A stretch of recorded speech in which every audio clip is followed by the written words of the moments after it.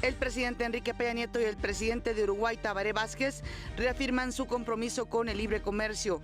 Desde entonces, desde 2004, este acuerdo de libre comercio ha permitido que el comercio entre ambas naciones haya crecido 10 veces.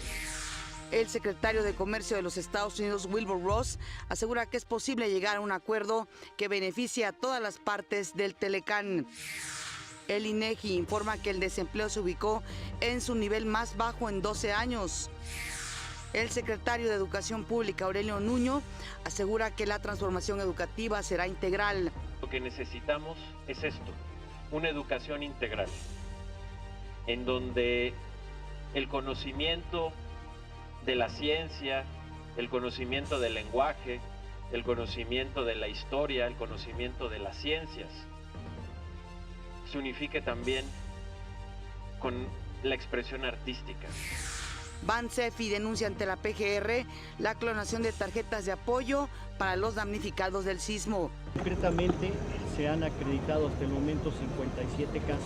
La denuncia se presenta una vez que a los beneficiarios que tuvieron afectación por esta situación y por este caso se les ha devuelto y reembolsado íntegramente ese dinero. Por segunda ocasión, el Senado pospone la discusión para buscar al nuevo titular de la FEPADE. La mayoría de las muertes por cáncer en el mundo se producen en países pobres, reconoce el presidente Enrique Peña Nieto. Nombran a nuevo rector de la Universidad Autónoma del Estado de Morelos. La primera ministra británica, Theresa May, acusa a Rusia de desestabilizar a Europa.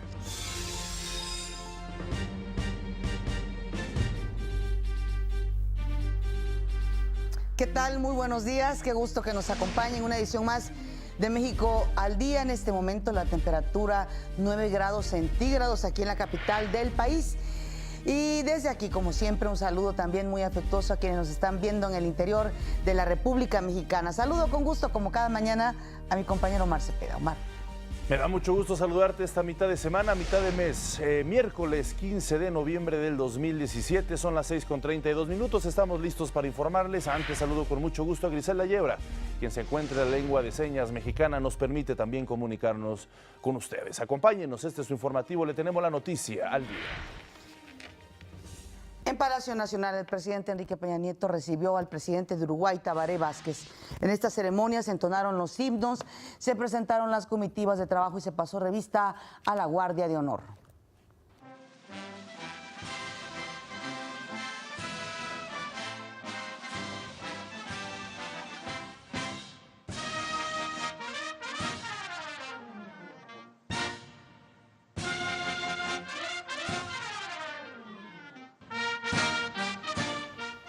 Uno de los objetivos de esta visita oficial del presidente de Uruguay es la modernización del Tratado de Libre Comercio entre los dos países. Uruguay es el único país miembro del llamado Mercosur, con el que México tiene un acuerdo comercial desde el 2004. Desde entonces, desde 2004, este acuerdo de libre comercio ha permitido que el comercio entre ambas naciones haya crecido 10 veces.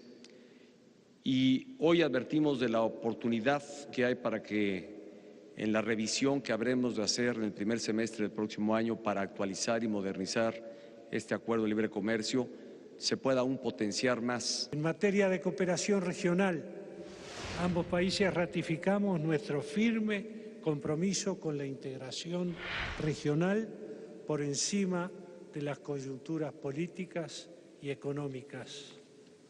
En el área del relacionamiento económico-comercial, partiendo del acervo jurídico bilateral negociado, como lo dijera el señor presidente de México en el año 2004. Además, se firmaron varios convenios en materia de aranceles y de interconexión aérea, entre otros. Por su parte, el secretario de Economía, Alfonso Guajardo, dijo que, a pesar de no haber llegado a un resolutivo final, el Acuerdo Transpacífico de Cooperación Económica se encuentra ya en un proceso, en una etapa muy avanzada. Aseguró que México jugó un papel importante en las recientes negociaciones del convenio, ya sin los Estados Unidos. Decidimos jugar un papel de equilibrio entre los que querían cerrar y los que querían dejar esto abierto, y logramos llegar a un buen punto en común. Así es que TPP está con un grado alto de avance y está en un proceso de consideraciones para ir en el primer trimestre del próximo año a una resolución final. Afirmó que nuestro país llega bien preparado a la quinta ronda de renegociación del Tratado de Libre Comercio de América del Norte y que lo primordial será analizar a detalle cómo funcionarían las propuestas de Estados Unidos en materia automotriz. Yo creo que esta ronda es una ronda que ya trae claramente todas las posiciones expresadas en la mesa. Recordarán que al final de la última puso Estados Unidos propuestas en materia automotriz, en materia de la cláusula sunset. Y entonces en esta ronda nosotros vamos a reaccionar a esas propuestas, claramente con una dirección muy lógica de acuerdo a lo que escuchamos del mundo empresarial tanto en México como en Estados Unidos. También puntualizó que el Gabinete Económico sigue trabajando en un plan alternativo por si el Tratado de Libre Comercio con América del Norte llega a su fin. El secretario de Agricultura, José Calzada, reiteró que una posible cancelación del Telecán traería consecuencias negativas tanto para México como para Estados Unidos. Destacó que los más afectados serían finalmente los consumidores. Al final del camino pues les puede costar más o les pueden tratar de sustituir importaciones de otros lugares y tener finalmente en sus mesas productos pues no tan buenos como los que está mandando México. ¿Qué país tendría que pagar mayores aranceles en los productos agroalimentarios? Sí es Estados Unidos, más de los que tendría que pagar México para enviar a aquel mercado. Pero de cualquier manera, para ambos países sería perjudicial.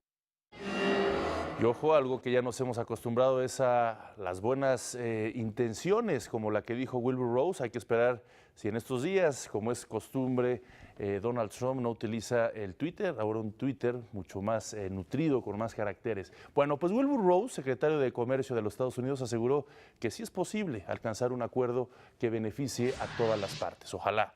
Confió en que el nuevo tratado esté listo en marzo del próximo año. No obstante, reiteró que su país se levantará de la mesa de negociaciones, o sea, sí pero no, si México y Canadá no renuncian a lo que llamó ventajas injustas. Por otro lado, la embajadora estadounidense en México, Roberta Jacobson, también expresó su confianza en que las negociaciones lleguen a buen puerto. Para ello, dijo, se trabaja en diversas áreas con el objetivo de fortalecer la integración regional.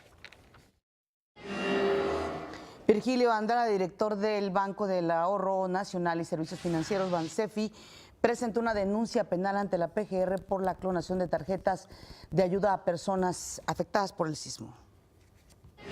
Concretamente, se han acreditado hasta el momento 57 casos.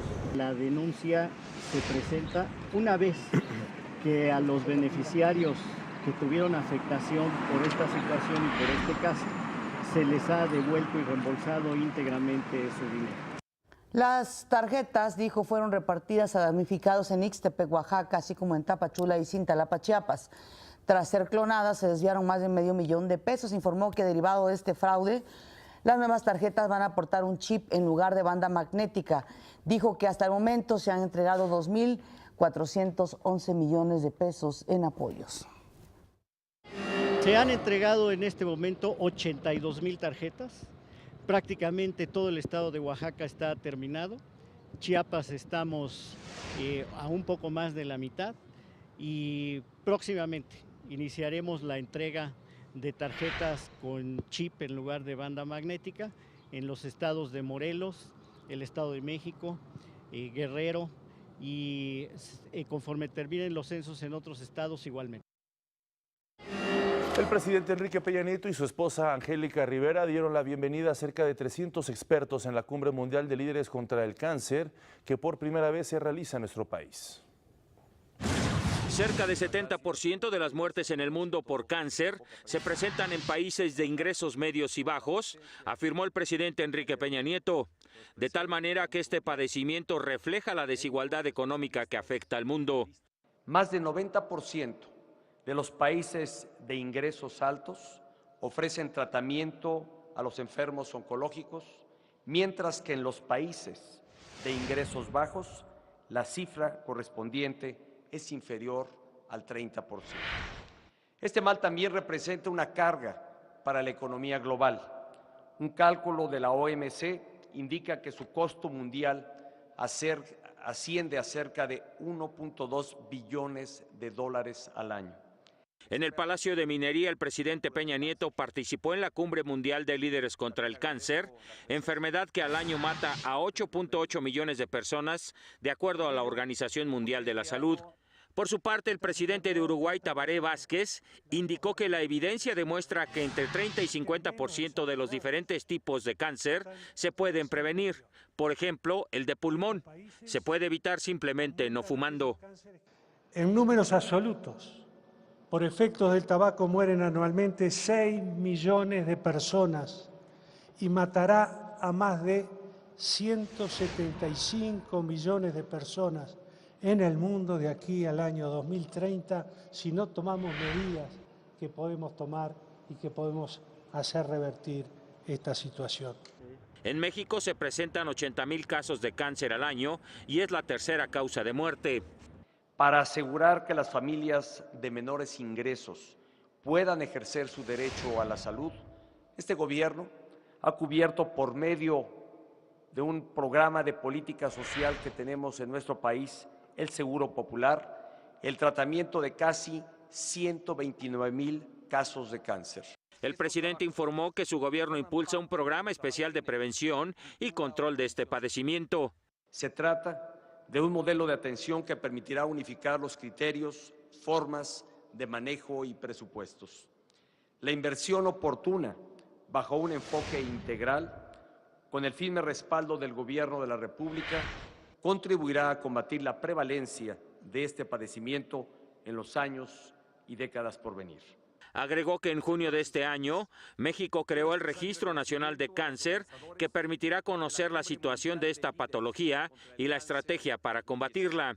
En el evento destacó la presencia de la esposa del presidente Angélica Rivera, la reina Leticia de España y Dina Miret, presidenta de la Unión Internacional contra el Cáncer, entre otros. Para México al Día, Gustavo Castillo. El presidente Peña envió al Senado un protocolo que modifica el convenio entre México y Canadá en materia de transporte aéreo. Esta propuesta busca extender el crecimiento del turismo, el comercio y los negocios entre ambos países, además de dar certidumbre legal a las líneas aéreas mexicanas. También permitirá un esquema tarifario más flexible a niveles razonables, teniendo en cuenta costos de operación y ganancias. El secretario de Educación Pública, Aurelio Nuño, visitó Huastepec. Ahí aseguró que la transformación educativa será integral y unificará la expresión artística con la historia, las ciencias y otras materias. Esto lo dijo al reunirse con los integrantes de la Orquesta y Coro de Música Tradicional Mexicana. Lo que necesitamos es esto, una educación integral, en donde el conocimiento de la ciencia, el conocimiento del lenguaje, el conocimiento de la historia, el conocimiento de las ciencias, se unifique también con la expresión artística, porque estamos convencidos de que es también parte central de una educación integral. Desde el lunes y hasta hoy se realiza la capacitación, la SEP como motor de cambio, que está dirigida al personal administrativo de esta secretaría. La transformación educativa en nuestro país avanza a paso firme. Otto Granados, subsecretario de Planeación y Políticas Educativas, aseguró que los cambios en la materia son bien aceptados por la población. Cuando uno ve que el 63% está de acuerdo y el 29% está en contra, quiere decir que esta es una reforma que gradualmente va siendo mejor comprendida, mejor entendida, y eso es un fenómeno muy saludable. De cara a las elecciones del siguiente año, Otto Granados aseguró que la transformación educativa cuenta con fortalezas legales, normativas e institucionales, lo que garantiza su supervivencia e implementación en las siguientes administraciones. La Suprema Corte ha resuelto, o los tribunales federales en general, ha resuelto en favor de la reforma educativa en el 99 0.75% de los casos. Y eso a mí me parece un mensaje extraordinariamente robusto y potente en favor de una reforma, como le digo, que es fundamentalmente en favor de los niños de México. Luego de participar en el encuentro La SEP como motor de cambio, el subsecretario Otto Granados dijo que la prioridad es la implementación del modelo educativo. Tiene dos componentes que tienen que estar ya listos para el inicio del ciclo escolar 18-19, que son los nuevos planes y programas que ya están concluidos y los libros de texto. En su oportunidad, Salvador Jara, subsecretario de Educación Superior, dijo que también es importante la formación y capacitación continua de los maestros. Que domine los contenidos curriculares. El maestro que no sabe lo que va a enseñar no va a poder enseñarlo, pero que además sepa enseñar. La SEP como motor de cambio es una capacitación dirigida al personal administrativo de la dependencia. En este encuentro también participa Televisión Educativa, representada por su director general Gustavo Lomelín. Para México al Día, Flor Hurtado. Y al comparecer ante el Senado, el secretario de Desarrollo Social, Luis Enrique Miranda Nava, aseguró que en la actual administración se han reducido las personas que viven en condiciones de pobreza extrema o pobreza alimentaria. Podemos decirle que 2.2 millones de personas dejaron atrás la pobreza extrema. La pobreza alimentaria se redujo en 1.9 millones. 4.5 millones de mexicanos ya no son pobres y tampoco son vulnerables. Con respecto a la reducción de carencias, destacan 2.7 millones de personas que más tienen acceso a servicios de salud y 1.8 a servicios básicos de la vivienda. Afirmó que se trabaja con todos los recursos disponibles, tanto en Chiapas como en Oaxaca, para la reconstrucción de los sismos, por los sismos. Por el momento, dijo, no se debe de pensar en las elecciones del próximo año y trabajar en programas que beneficien a la población a largo plazo. Pero si lo hacemos juntos, y de veras nos ponemos todos en coordinación, y si de veras dejamos atrás un poco épocas electorales y nos fijamos en metas de largo alcance, de largo viraje, de las altas miras, vamos a salir adelante. El Senado pospuso por segunda ocasión la discusión de la convocatoria para elegir al nuevo titular de la Fiscalía Especializada para la Atención de Delitos Electorales. La Junta de Coordinación Política pidió abordar el tema mañana por falta de consenso que hubo en los partidos. La semana pasada también fue aplazada esta convocatoria, pero por falta de quórum. La presidenta del Tribunal Electoral del Poder Judicial de la Federación, Janine Otálora, aseguró que los comicios de 2018 pondrán a prueba a las instituciones electorales. Al rendir su informe anual de actividades 2016-2017, dijo que para preservar la neutralidad, las autoridades deberán mantenerse por encima de la disputa y guiarse por la Constitución y los valores democráticos. Precisó que el tribunal a su cargo está preparado para llevar los procesos electorales de 2018 con firmeza e independencia para impartir justicia que dé certeza a la democracia. El Instituto Nacional Electoral informó que 5 aspirantes a la candidatura independiente a una diputación han alcanzado ya el 100% de firmas de apoyo. Luisa María Calderón, hermana del expresidente Calderón, Ángel Barroso Correa, Iván Antonio Pérez, Luis Ángel Benavides y Antonio Illescas recabaron más de las 5.974 firmas necesarias para participar como independientes en el 2018. Por otra parte, informó que Jaime Rodríguez, el gobernador de Nuevo León, sigue encabezando a los aspirantes a la candidatura independiente a la presidencia con ya 153.183 firmas ciudadanas. El desempleo bajó en el tercer trimestre de 2017. De acuerdo con el INEGI, la tasa de desocupación a nivel nacional fue de 3.3%, es decir, 0.4% menos respecto al mismo periodo del año pasado. Se trata de la cifra más baja desde 2005. El Consejo Nacional para Prevenir la Discriminación pidió a las diputadas priistas que participaron en los gritos homofóbicos en contra del legislador de Morena, Mario Ariel Juárez, durante la aprobación del presupuesto para el 2018, se ofrezcan una disculpa. Además, pidió al PRI informar sobre las medidas que se llevarán a cabo para evitar que se repita este tipo de situaciones. Por su parte, el coordinador de los diputados del PRI, César Camacho, dijo que las diputadas pues no lanzaron gritos homofóbicos, que lo que gritaron fue bruto. ¿Con qué rima bruto? Pues esto fue lo que dijo César Camacho. Lo que las compañeras gritaron fue bruto y eso nos parece que no constituye ningún agravio. El CONAPRED nos ha enviado un escrito que nos parece importante porque sustancialmente coincidimos con todo lo que dice el CONAPRED y con la alusión a posiciones de la Comisión Interamericana de Derechos Humanos, y nosotros habremos de seguir honrando no solo a la ley, insisto, sino la ética en el desempeño de nuestro trabajo. Gustavo Urquiza Beltrán fue nombrado rector de la Universidad Autónoma del Estado de Morelos para el periodo 2018-2014. Esto debido a la ausencia del ahora ex rector Alejandro Vera, quien, pese a contar con una suspensión provisional para no ser aprehendido por supuesto enriquecimiento ilícito, se mantiene en resguardo.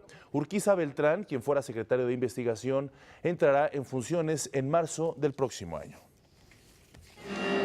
Elementos de la Policía Federal capturaron en Tamaulipas a Martiniano de Jesús Jaramillo, alias el Pata de Queso, identificado como líder regional de los Zetas Vieja Escuela. Se le responsabiliza por el homicidio de 72 migrantes. ¿Se acuerda usted de este lamentable hecho allá en San Fernando, Tamaulipas, en 2010?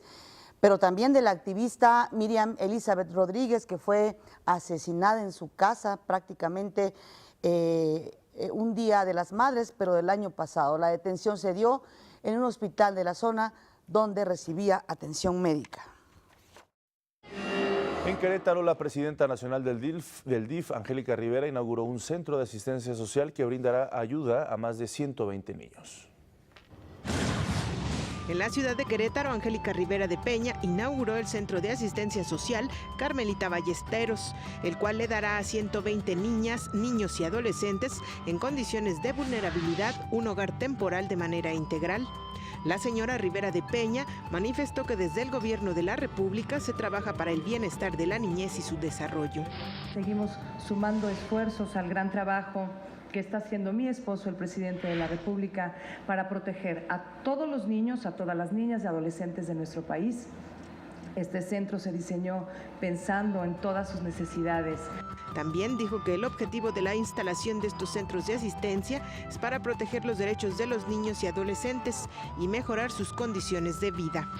Esa es nuestra razón de ser aquí en el DIF. Y porque gracias a todo lo que estamos haciendo, les estamos dando una vida mejor a todas las niñas, a todos los niños, a todos los adolescentes de nuestro hermoso y bello país. En un terreno de más de 7,000 metros cuadrados, el Centro de Asistencia Social Carmelita Ballesteros ofrecerá servicios como área de maternidad para adolescentes, dormitorios, alimentación, espacios recreativos y biblioteca. Además que los niños y adolescentes contarán con atención psiquiátrica, dental, taller de formación cultural, fomento a la lectura y taller de manualidades. Para México al Día, Jacqueline López Zárate. El primer ministro de Israel, Benjamín Netanyahu, agradeció a México que no haya respaldado las resoluciones anti-israelíes en la ONU y destacó los lazos de amistad entre los dos países. El primer ministro de Israel no dio detalles sobre la resolución a la que se hace referencia, aunque desde hace tiempo las relaciones entre Naciones Unidas e Israel han sido bastante tensas.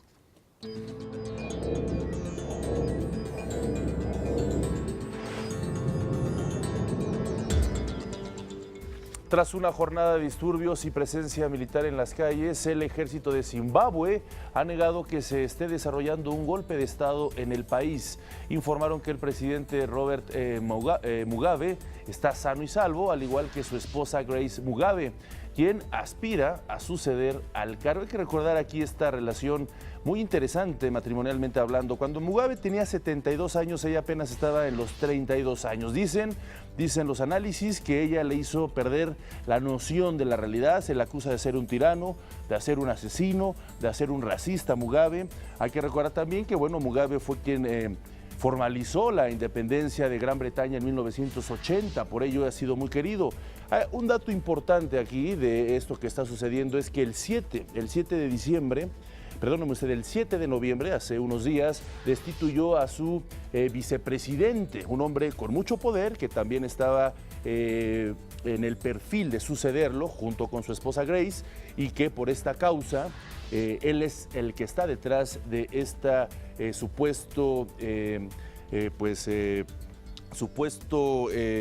toma del gobierno, ¿no? En esta presencia militar en las calles, lo que se puede considerar como precisamente un ataque militar. Así es. No se sabe con exactitud qué es lo que está ocurriendo en las calles de ese país de África. Sin embargo, todo parece indicar que hay presencia militar. Como tú acabas de mencionar, se ha informado por parte del gobierno de Mugabe que él se encuentra bien junto con su esposa, pero algo está ocurriendo, algo que ya está en este momento tomando las principales portadas de los periódicos en todo el mundo, lo que sucede en las calles de allá. Un país, por cierto, que es frontera con Sudáfrica, está en el sur de este continente. Tiene 16 millones, un país que siempre ha estado conmocionado con este tipo de dictaduras y revueltas. De acuerdo con medios estadounidenses, el fiscal general Jeff Sessions se dijo dispuesto a nombrar un fiscal especial para investigar a Hillary Clinton. La indagatoria sería por los correos clasificados que envió a través de su cuenta privada, los manejos de la Fundación Clinton y el acuerdo que en 2010 permitió al monopolio ruso Rosatom adueñarse de la empresa canadiense Uranium One, que controlaba una quinta parte de la producción de uranio en los Estados Unidos. Otra vez Rusia ahí saliendo pues en todas partes del mundo, en Estados Unidos, en Europa, en Venezuela, en fin. Ahí está la presencia de Rusia. Así es, Pati, precisamente sobre lo que dice, 6 senadores demócratas pidieron investigar al secretario de Comercio de los Estados Unidos, Wilbur Ross. Ello luego de que se diera a conocer que el funcionario omitió informar al gobierno sobre sus negocios con familiares y colaboradores, nada más y nada menos que del presidente Vladimir Putin. Los senadores pidieron iniciar la indagatoria para cerciorarse de que el comportamiento de Ross no quebranta los requisitos éticos del gobierno federal. También el fiscal Jeff Sessions de Estados Unidos compareció ante la Comisión Judicial de la Cámara de Representantes. Aseguró que nunca le han mentido al Congreso, simplemente dijo que respondió a las preguntas y a lo que recordaba. Esto en referencia a una reunión con George Papadopoulos, ex asesor de la campaña de Trump, y que en su primera declaración Sessions omitió. El fiscal dijo que en ella le aclaró a Papadopoulos que no estaba autorizado a representar a la campaña con el gobierno ruso o con ningún gobierno extranjero. Otra vez Rusia ahí apareciendo en toda una trama que los expertos no le logran poner fin, pero algo habrá al respecto. Una serie de tiroteos registrados en el condado de Tehama, en California, dejaron un saldo de 5 personas muertas, entre ellas el atacante, quien fue abatido por la policía. El sheriff de Tehama, Phil Johnson, informó que hasta el momento se desconocen las razones por las que el sospechoso atacó distintos puntos de la localidad, incluyendo una primaria. Desde el principio estuvo claro que se trataba de un individuo que estaba escogiendo blancos al azar. Hasta el momento, hay 5 personas muertas, entre ellos el sospechoso tirador. En este momento, no tenemos un número exacto de las personas que han resultado heridas en este incidente. Los desarrolladores de un juego de azar llamado Cartas contra la Humanidad compraron un terreno baldío en la frontera entre México y Estados Unidos. En el sitio web de la compañía se informa que contrataron una firma legal especializada para provocar que la construcción del muro se vuelva tan lenta y costosa como sea posible. ¿Será? De acuerdo con la empresa, el presidente Trump es un golem, así lo titula, que le teme a los mexicanos y tiene tanto miedo que quiere construir un muro de $20,000 millones. Ya lo decías, Pati, la primera ministra del Reino Unido, Theresa May, acusó al gobierno de Rusia de tratar de desestabilizar a Europa. Entre otras cuestiones, dijo que el Kremlin intenta hackear diferentes instituciones de los gobiernos del viejo continente y de entrometerse en elecciones. Buscando usar información como arma. desplegando sus organizaciones de medios estatales para plantar historias falsas e imágenes retocadas en un intento de sembrar la discordia en Occidente y socavar nuestras instituciones.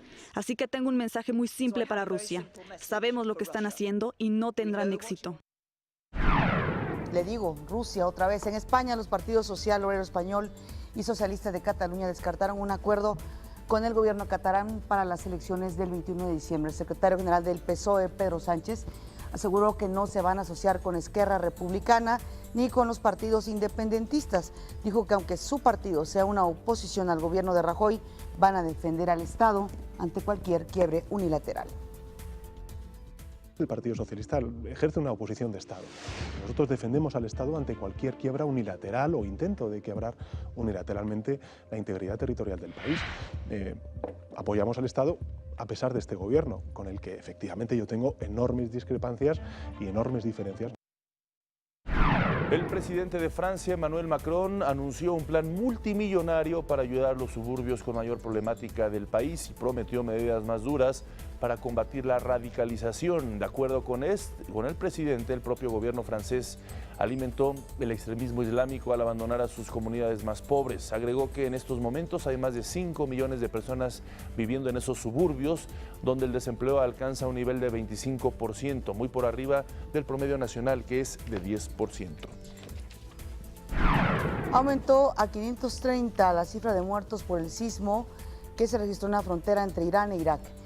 Pero el país más afectado es Irán. El gobierno iraní, país donde, le digo, hubo el mayor número de víctimas, ordenó terminar ya las operaciones de rescate en las zonas afectadas. Las autoridades informaron que 30.000 viviendas quedaron destruidas.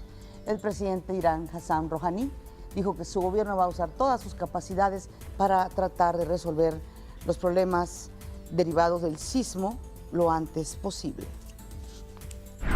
El presidente chino Xi Jinping enviará este viernes a Song Tao, responsable de la Oficina de Enlace Internacional del Partido Comunista Chino, a Corea del Norte. Ello para hablar sobre el Congreso Quinquenal del partido que confirmó a Xi Jinping en el poder. La noticia fue anunciada por la agencia estatal Xinhua en medio de tensiones regionales desatadas por las ambiciones nucleares de Pyongyang. La Corte Nacional de Justicia de Ecuador determinó que el vicepresidente Jorge Glass será llevado a juicio por el delito de asociación ilícita en la trama de soborno de la constructora brasileña Odebrecht, otra vez Odebrecht. De acuerdo con la Fiscalía, Glass recibió un total de 13.5 millones de dólares por contratos adjudicados a Odebrecht. De ser culpable, podría recibir pena de 3 a 5 años de prisión. Hasta aquí la información internacional. Vamos a nuestro primer resumen.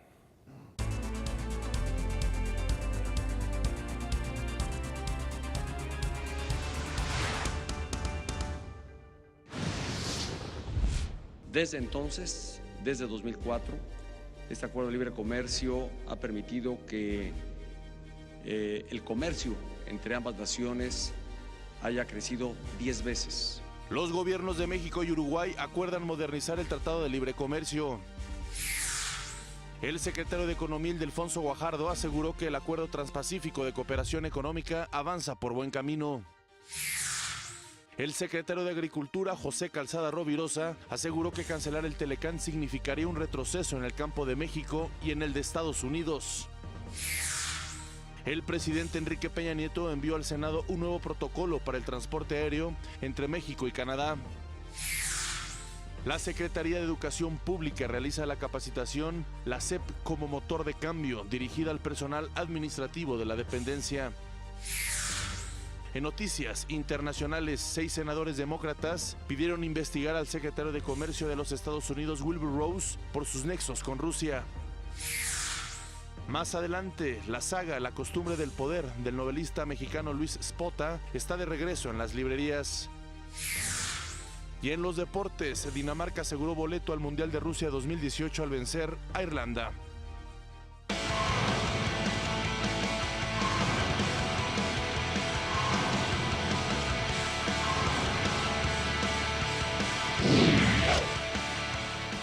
Miércoles de Emprendedores, nos vamos a comunicar hasta Irapuato con la doctora Candy Flores. Ella es directora ejecutiva del Parque de Innovación Agrobiotech para que nos hable de este proyecto basado precisamente en lo que llaman ciencias de la vida. Doctora, qué gusto saludarla. Antes que nada, un abrazo. Muy buenos días. Hola, Pati. Hola, Omar. Muy buenos días. Muchas gracias por el espacio. ¿Cómo están? Pues muy contentos de tenerla aquí, doctora, y que nos hable de este proyecto y que nos explique qué son estas ciencias de la vida.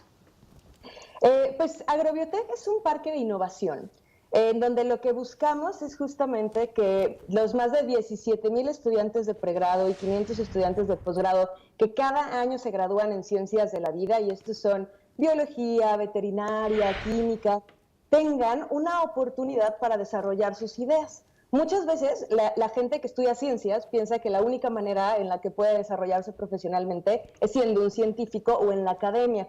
Pero algo que es súper importante es que toda esta ciencia y tecnología que estamos desarrollando en las diferentes universidades y centros de investigación pueda convertirse en productos, procesos o servicios que estén resolviendo problemas de la industria, que sea ciencia aplicada. Entonces, Agrobiotech, como un parque de innovación, le da a todos estos chicos que ya pasaron por un proceso académico y estudiaron alguna de las ciencias de la vida, ya sea en pregrado o posgrado, una oportunidad para desarrollar estas ideas. Entonces, les ayudamos a que este espinita emprendedora que tienen, que además de ciencias, tienen que saber de administración, de finanzas, ¿no? Toda la parte corporativa, los vamos entrenando y les ayudamos a desarrollar empresas que llamamos empresas de base tecnológica, porque justamente los productos o procesos, los productos o servicios que se ofrecen están basados en ciencia y tecnología.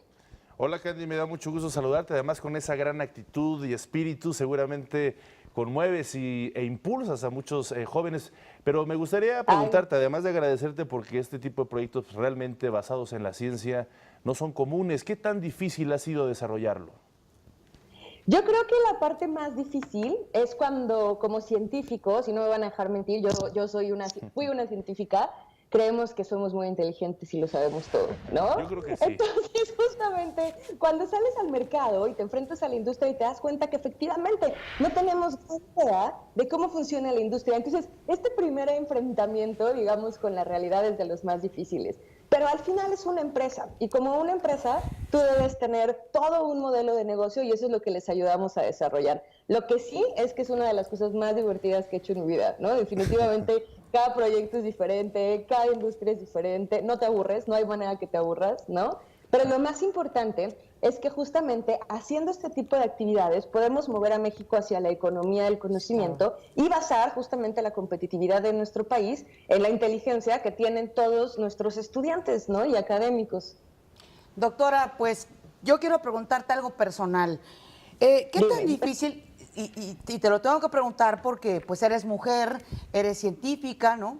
¿Qué tan difícil es entrarle al mundo de la ciencia en este país siendo mujer? ¿Te costó trabajo?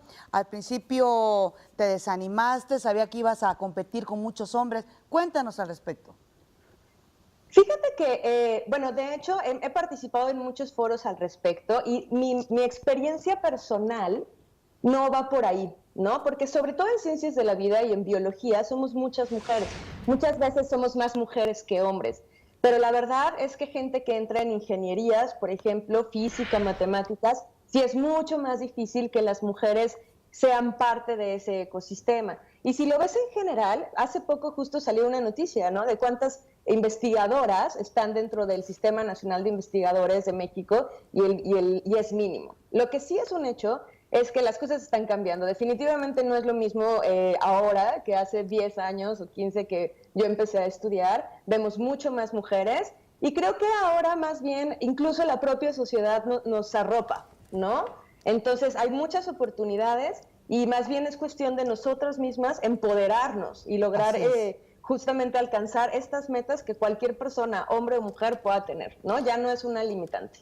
¿Crees que es una barrera autoimpuesta por nosotras mismas? Sí, a veces sí. Yo creo que muchas veces es eso, ¿no? Es simplemente salirnos tantito de nuestra zona de confort y levantar la voz. Claro. Oye, comentabas pues que la sociedad los arropa. ¿Qué parte de la sociedad se ha visto involucrada con ustedes para poder desarrollar con éxito? Porque esto es importante también, que los jóvenes que te están viendo y que estén interesados en proyectos como los tuyos, pero también en otros proyectos emprendedores, pues tengan esa orientación como la que tú has tenido. Bueno, de entrada, el INADEM, por supuesto, como el Instituto Nacional del Emprendedor de la Secretaría de Economía, tiene programas específicos para emprendimiento de alto impacto. Entonces, hay ahí muchísimas oportunidades, incluso cursos gratuitos que los chicos pueden tomar, ¿no?, para desarrollar sus ideas. De manera estatal, también existen consejos de ciencia y tecnología o secretarías de innovación, ciencia y tecnología que van arropando diferentes proyectos. Una de las cosas más importantes que les diría a todos los chicos es que a veces no nos involucramos en la parte gubernamental, pero cada estado tiene un plan de desarrollo. Cada estado ha dicho qué es prioritario para ellos. Y si ustedes, como jóvenes, tienen una solución que encaje en alguno de estos, seguramente su estado los va a apoyar. Entonces, pueden acercarse de verdad a las secretarías, a los consejos. Y lo que siempre decimos aquí, pedir no empobrece, ¿no? Lo que a veces nos da mucho miedo es acercarnos y poner nuestras ideas para que alguien más las apoye. Pero la verdad es que si tu idea es buena y está resolviendo un problema de la sociedad, vas a encontrar apoyo siempre. Claro. Pues muy interesante. Felicidades, Candy Flores. La verdad es que es muy satisfactorio y grato hablar con personas que manejan este tipo de proyectos que sin duda tienen un impacto profundísimo para nuestro país, para la sociedad, para ti, por supuesto, para tu equipo, en fin. Ojalá que cuando vengas a la Ciudad de México nos acompañes al estudio. Muchísimas gracias por estar con nosotros. Seguro, muchísimas gracias por el espacio y un saludo a todos. Y de verdad, lo peor que puede pasar es que no les salga y de todas formas ahorita no les ha salido. Entonces tienen que aventarse a emprender, ¿no? Ese es el único consejo que le puedo dar a todos los chicos. Y créeme que son excelentes consejos y quien te está viendo los va a tomar en cuenta. Gracias, un fuerte abrazo, Candy. Nos vemos, muy buen día. Hasta luego. Y bueno, pues en otros asuntos, la Comisión Nacional para el Desarrollo de los Pueblos Indígenas firmó un convenio con la Secretaría General Iberoamericana, la CEGIF, para apoyar a estudiantes indígenas. 12 estudiantes indígenas de nuestro país tendrán la oportunidad de ampliar sus conocimientos mediante un diplomado en Derecho. Esto gracias a que la Comisión Nacional para el Desarrollo de los Pueblos Indígenas firmara un convenio con la Secretaría General Iberoamericana. Somos gente, nosotros creemos realmente que la capacitación, que la educación, que el conocimiento son instrumentos fundamentales para la transformación de la realidad social. Hoy más que nunca, diría yo, porque en este mundo tan complejo, de tanta incertidumbre, si hay algo que nosotros estamos promoviendo es anclarnos a nuestros valores. Y los valores por los que este espacio tiene importancia es porque son valores de apostar por lo multilateral, por el diálogo, por la negociación. Cada uno de los estudiantes graduados a nivel licenciatura podrá salir al extranjero y obtener el título de expertos indígenas en derechos, para así poder ejercer su profesión en beneficio de sus localidades. Entonces, con esta firma de este convenio, motiva, lo comentó Ismeraí, anteriormente nada más iba un indígena mexicano al exterior. Ahora podemos contar con 12, que van a ser 6 hombres y 6 mujeres, porque también tratamos de cuidar la equidad.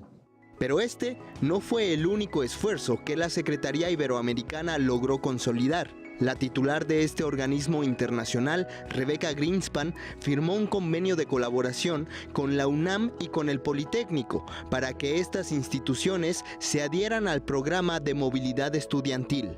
En realidad, cuando pensamos en quiénes están en la frontera, quiénes están innovando, quiénes están empujando el límite del conocimiento, siempre hemos pensado en México. Y México ha representado para nosotros realmente un pilar, un faro que siempre nos ha guiado a muchos de nosotros los latinoamericanos.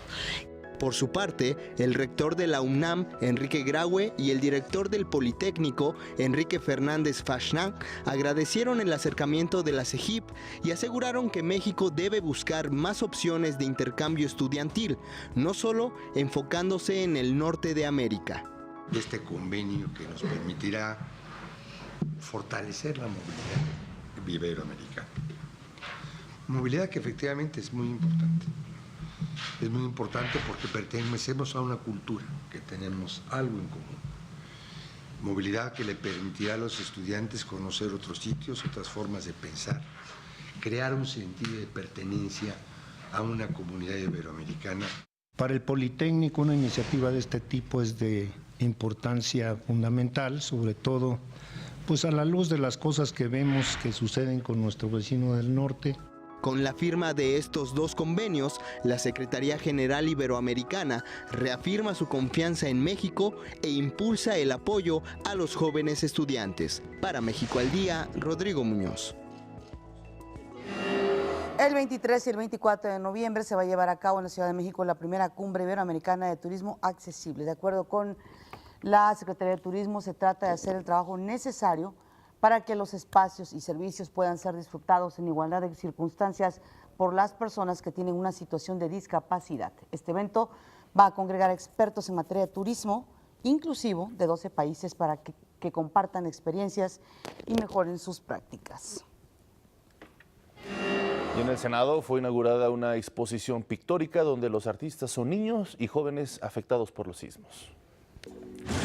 A raíz de los recientes sismos, la Fundación Escolas Ocurrentes expresó su solidaridad y apoyo a México, impartiendo en Morelos clínicas de arte para prestar ayuda emocional a niños y jóvenes de Jojutla y Tetela del Volcán, dos de los municipios más afectados en la entidad. La reparación fue de ese sismo interno que todos sufrimos y que fue lo que nosotros tratamos con los niños, con lo que llamamos las escuelas de arte. Es un programa que tenemos especial donde ellos durante varios días pintan y van expresando de manera artística y van sacando todo ese temblor que van reparando dentro de ellos mismos. En estas clínicas participaron 120 niños y jóvenes de 9 a 18 años y fueron impartidas por un equipo internacional de escuelas. Los estudiantes expresaron sus sentimientos y compartieron vivencias a través del arte. Sus murales representan el dolor y el miedo. En ese momento pues, empecé a sacar todo lo que sentía porque fue una experiencia no muy buena porque pues perdí mi hogar, mis papás perdieron empleo y mi casa la tumbaron, la tuvieron que tumbar, demoler. Así que nos fuimos levantando poco a poco. Y gracias a ayuda de escuelas nos ayudaron a levantarnos sentimentalmente y pues ahorita ya seguimos un poco más adelante. A fin de divulgar más ampliamente la expresión artística de estos niños y jóvenes, la Fundación Escolas y el Senado de la República inauguraron la exposición Niños de Morelos, visión pictórica sobre los sismos. Para mí significó que pues en lo de la rosa iba a ir muriendo con el rayo que le cayó, pero con el cuidado de nosotros iba a volver a nacer, iba a volver a estar como antes. Y con lo del terremoto me imaginé lo mismo. Todo se derrumbó, pero con el apoyo de todos se va a volver a estar como antes, vamos a reiniciar con todo lo que se destruyó. Hice este barco. ¿Qué significa el barco? Pues significa, en caso de otro sismo, pues podemos escapar por un barco. La exposición se exhibe en el lobby del edificio central del Senado de la República y permanecerá hasta el próximo 24 de noviembre. Para México al Día, Gilberto Rodríguez Monroy. La cantante Tania Libertad clausuró el Foro Educación por la Paz, que busca alentar a niños y jóvenes a promover el respeto entre sus semejantes.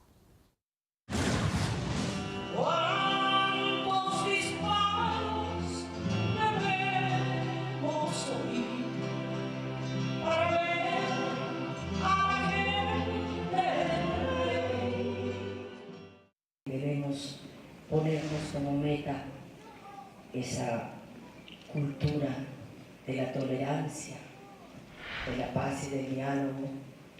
Dos grandes de la música se reunieron para dar un mensaje de paz. Se trata de la reconocida cantante Tania Libertad y Peter Yarrow, exintegrante del icónico grupo de los años 60, Peter, Paul and Mary, quien fuera parte de la historia de la lucha por los derechos civiles en Estados Unidos. Ambos clausuraron el Foro Educación por la Paz para alentar a niños y jóvenes a promover el respeto entre sus semejantes. una cuchillada de amor.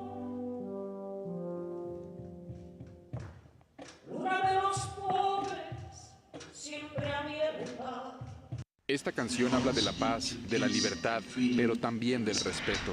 En el evento musical realizado en el Teatro del Colegio Anglo-Mexicano de Coyoacán, interpretaron canciones como Blowing in the Wind, cantada durante el famoso discurso de Martin Luther King Jr., y Don't Look at Me, que pretende ser un himno de amor y fraternidad.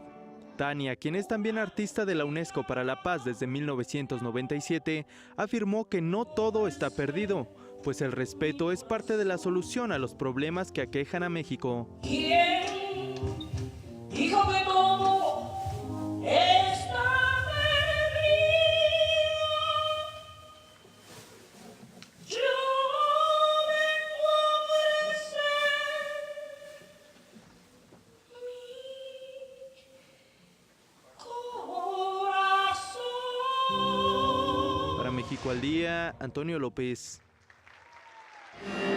Mantiene su voz exquisita, doña Tania Libertad. Vamos a las breves del país.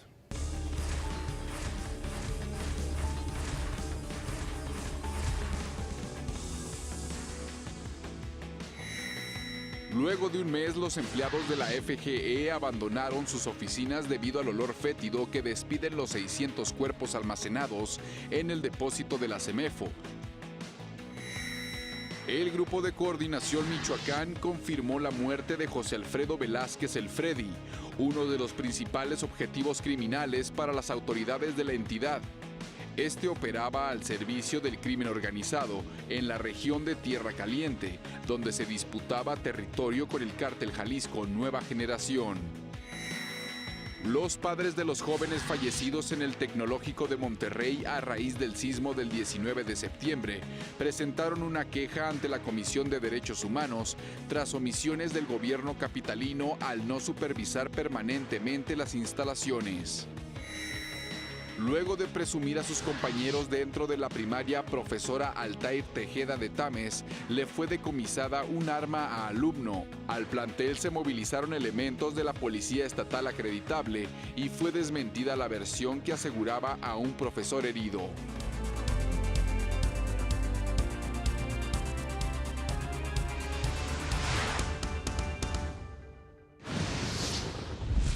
El 23 y el 24 de noviembre se llevará a cabo en la Ciudad de México la primera cumbre iberoamericana de turismo accesible. El INEGI informó que el desempleo se ubicó en su nivel más bajo en 12 años. La Policía Federal capturó en Tamaulipas a Martiniano de Jesús Jaramillo, identificado como líder regional de los Zetas Vieja Escuela. Por segunda ocasión, el Senado pospuso la discusión para buscar al nuevo titular de la FEPADE. En el mundo, el vicepresidente de Ecuador será llevado a juicio por el caso Odebrecht. Más adelante, YouTube tendrá un apartado donde anunciará próximos conciertos. Y en los deportes, Monterrey y América se enfrentan hoy en las semifinales de la Liga MX.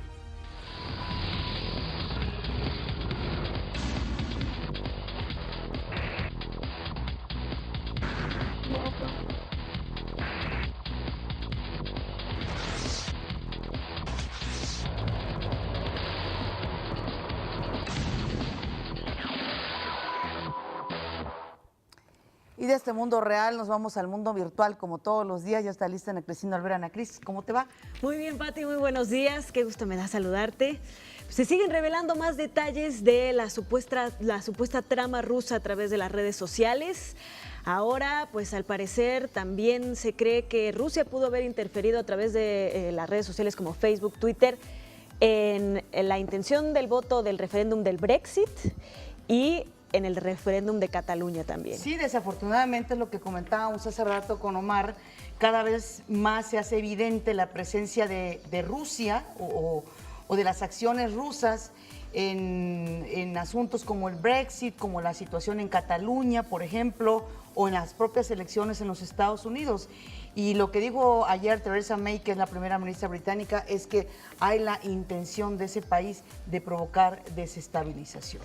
Así es, y bueno, pues esta presunta injerencia de Rusia en las elecciones de Estados Unidos como te comento, está levantando sospechas en otros países, en otros procesos democráticos. Facebook habló sobre la posibilidad de una intervención en el referéndum que provocó la salida del Reino Unido de la Unión Europea, el famoso Brexit.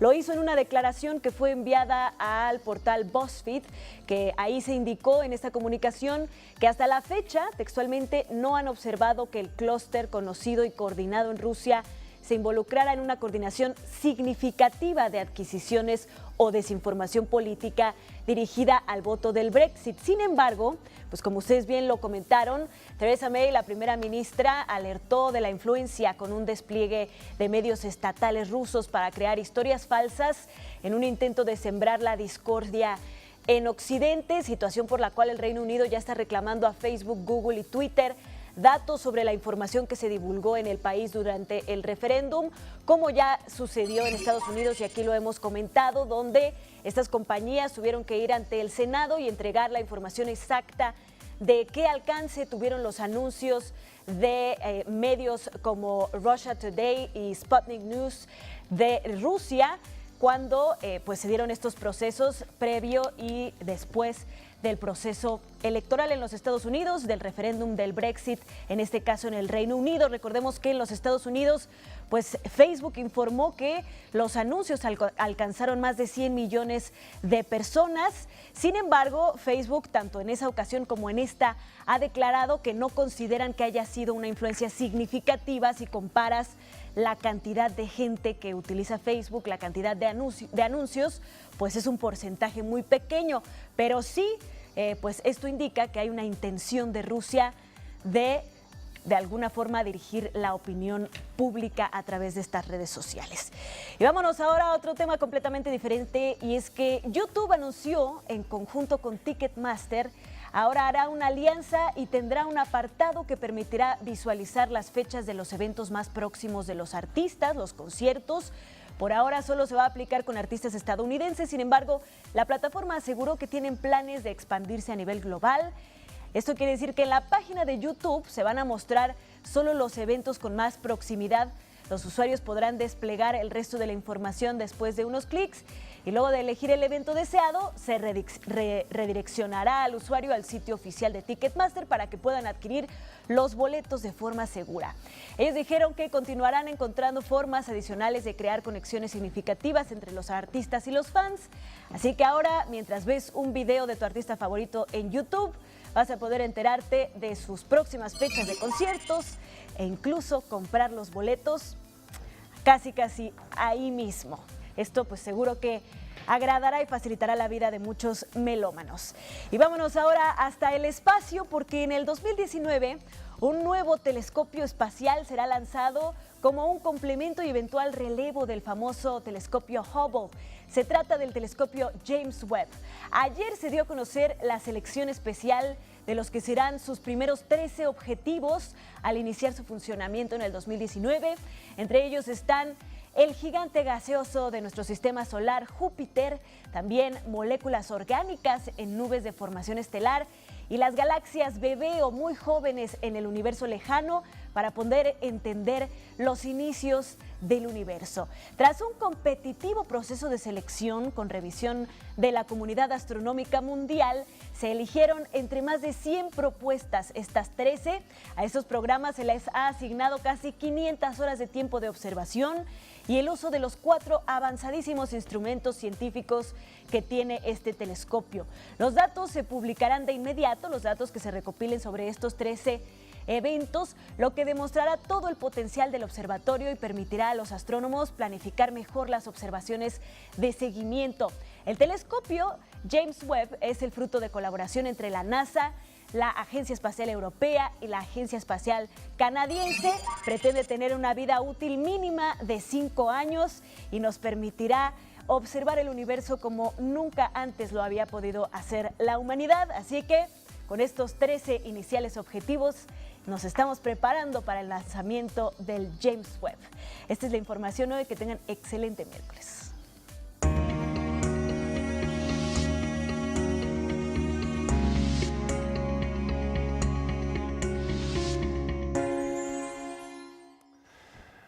Gracias, Ana Cris. Ya es miércoles de Tacuba 8. Ya está con nosotros en el estudio Mariano Mesa, él es curador del MUNAL, con quien hablaremos de una exposición que pues debimos de haberla presentado antes, pero que por el tema del sismo no lo pudimos hacer de forma oportuna.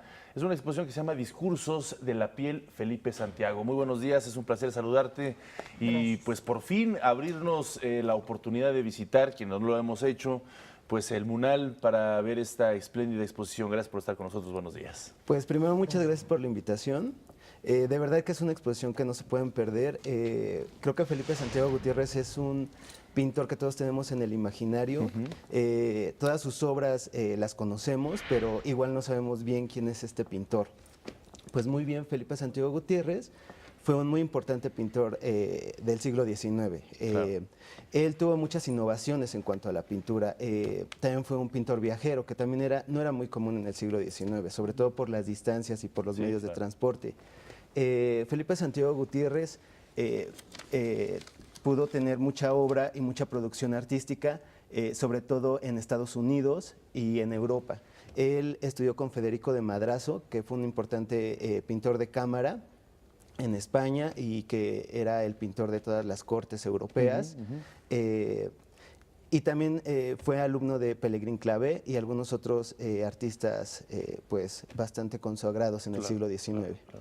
Ahora, Mariano, me gustaría preguntarte, tú como curador, tienes el gran reto de presentar esta exposición y de, por supuesto, atraer el mayor número de público posible para admirarla. Así es. ¿Qué retos te significó esta exposición? Bueno, primero es importante señalar que somos todo un equipo curatorial. En este caso, esta exposición la curó Víctor Rangel. Él fue el encargado de realizar la exposición como tal, pero claro, todo el equipo participó en la realización de la exposición.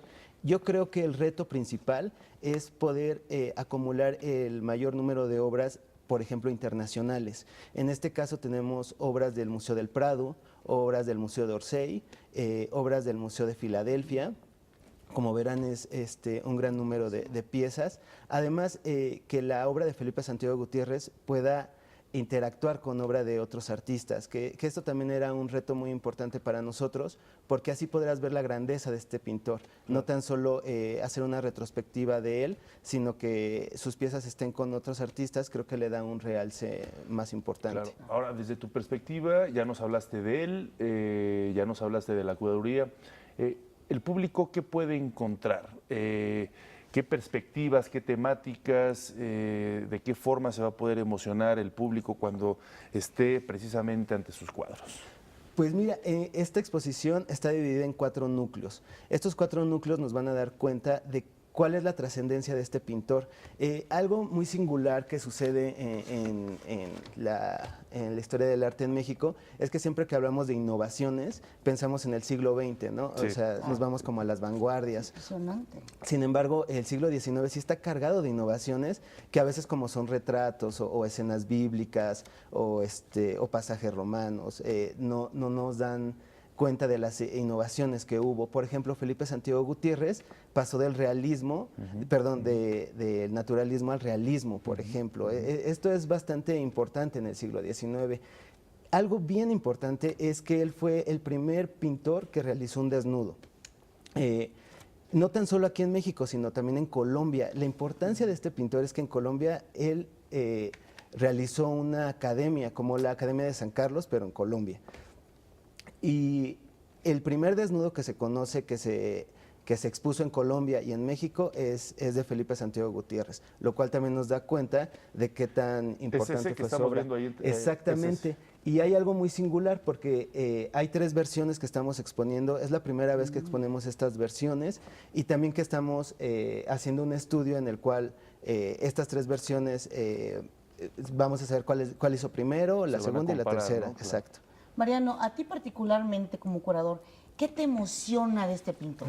¿Qué es lo que más te provoca emoción? ¿Sabes qué? Algo que me ha provocado mucha emoción, y yo creo que no nada más a mí, sino al público en general, es saber que este pintor fue el primero que realizó un desnudo y que a partir de él la Academia de San Carlos comenzó a aceptar que, por ejemplo, mujeres posaran al natural, que no era algo que fuera muy común en el siglo XIX.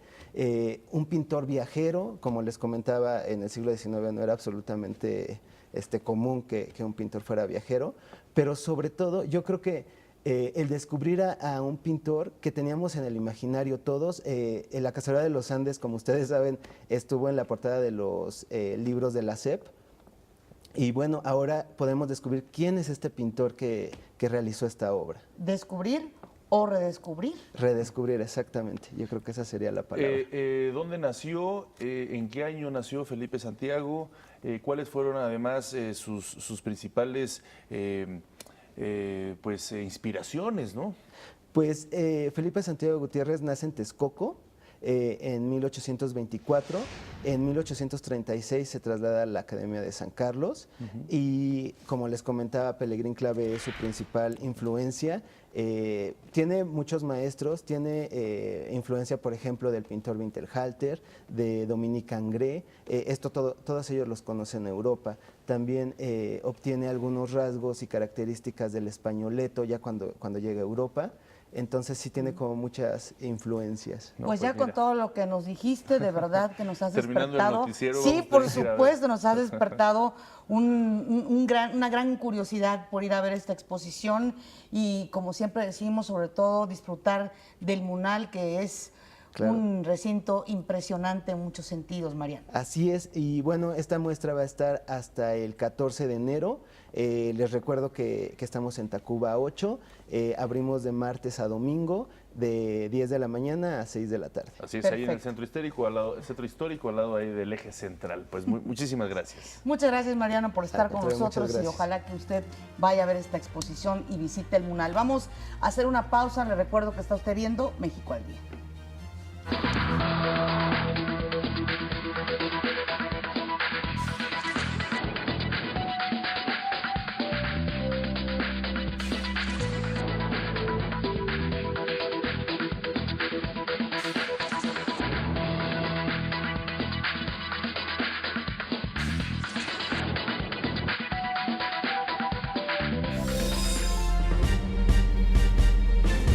La saga La costumbre del poder del novelista mexicano Luis Spota está de regreso en las librerías.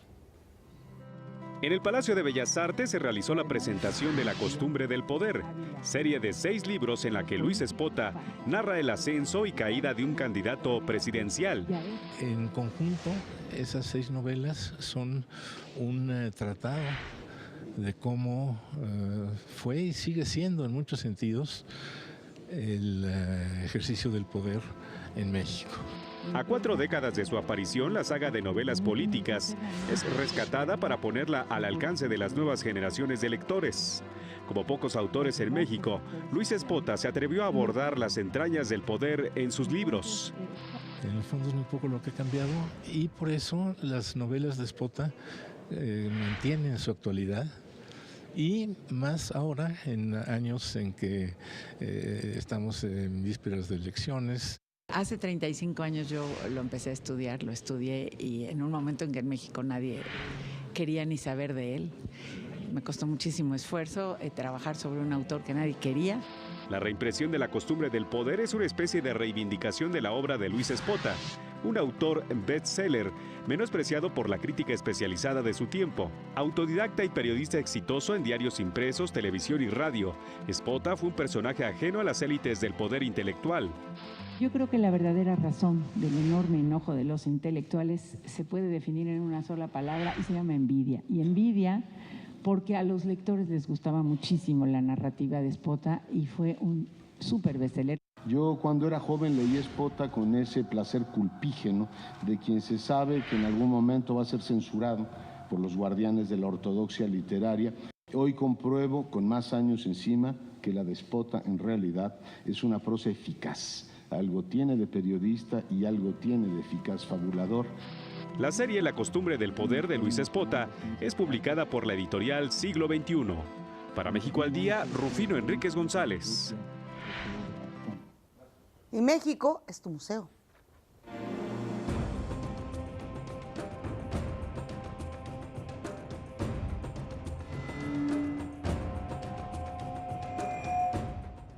muchos, son los sitios de nuestro país donde la historia dejó una huella imborrable. Y fue aquí, en la ciudad de Guanajuato, que un hombre y una piedra definieron el rumbo de la Guerra de Independencia. Acompáñame a conocer a la Alhóndiga de Granaditas. Construida entre 1796 y 1809 por orden del virrey Miguel de la Grúa y Brasinforte, fue utilizada para vender y almacenar maíz, trigo y otros granos. De ahí su nombre, Alhóndiga, y apodada por los mismos guanajuatenses como Palacio de Granaditas. A menos de un año de ser inaugurada, el 28 de septiembre de 1810, las fuerzas insurgentes comandadas por Ignacio Allende y Miguel Hidalgo tomaron la ciudad de Guanajuato. Fue entonces que los ciudadanos de élite, junto con el intendente Juan Antonio Riaño y sus tropas, se acuartelaron en la Alhóndiga para resistir el ataque. Hidalgo no contaba con los recursos para romper la defensa realista y tomar el edificio. Fue entonces que el minero Juan José de los Reyes Martínez Amaro, mejor conocido como el Pípila, armado con una antorcha y una losa de piedra que cubría su espalda, se abrió camino en el fuego cruzado e incendió la puerta principal de la Alhóndiga, permitiendo el acceso y victoria del ejército insurgente. En 1811, los líderes independentistas Miguel Hidalgo, Ignacio Allende, Juan Aldama y Mariano Jiménez fueron fusilados y decapitados. Sus cabezas se exhibieron en las 4 esquinas de la Alhóndiga de Granaditas, como advertencia a todos los que se sumaran al movimiento insurgente. Estas permanecieron allí hasta 1821, cuando se consumó la independencia de México. Durante el siglo XIX, la Alhóndiga funcionó como cuartel militar, almacén, escuela y prisión, hasta el 26 de junio de 1958, que fue reinaugurada como el Museo Regional de Guanajuato Alhóndiga de Granaditas. Actualmente es una de las sedes principales del Festival Internacional Cervantino y cada año recibe a miles de visitantes que contemplan los eventos culturales de este recinto. Si deseas conocer más sobre la Alhóndiga de Granaditas, te invito a visitarla en la ciudad de Guanajuato y admirar personalmente sus colecciones, murales, actividades y otros servicios que ofrece. Desde la época colonial hasta nuestros días, la Alhóndiga ha permanecido firme como un fiel testigo de nuestra historia, sumándose así a la gran cantidad de sitios que hacen de nuestro país un gran museo que puedes disfrutar en todo momento, porque México es tu museo. Daniel, y este miércoles a las 12:30 horas el presidente Enrique Peña Nieto encabezará la 78ª Asamblea General Ordinaria del Instituto Mexicano del Seguro Social y entregará el Hospital General de Zona número 3 del IMSS en el estado de Aguascalientes. Y ahora vamos al resumen.